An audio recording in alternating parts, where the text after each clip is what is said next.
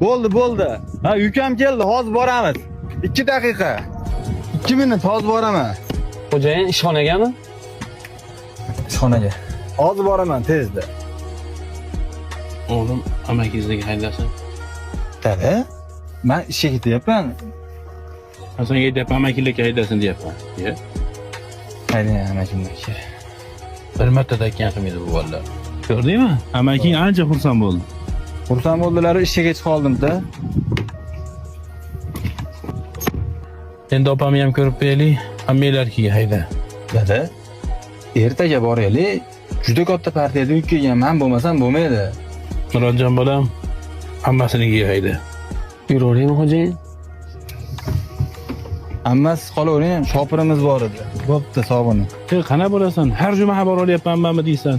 Qurbon hayitdan beri kimga kerak ekansan u? Nima qilay? Meni ham ishlarim ko'p. Hammasi menga qarab turibdi. Endi bizneslarim rivojlanayotgan paytda qanaqa qilib vaqt ajrataman? Boshdaga o'tir.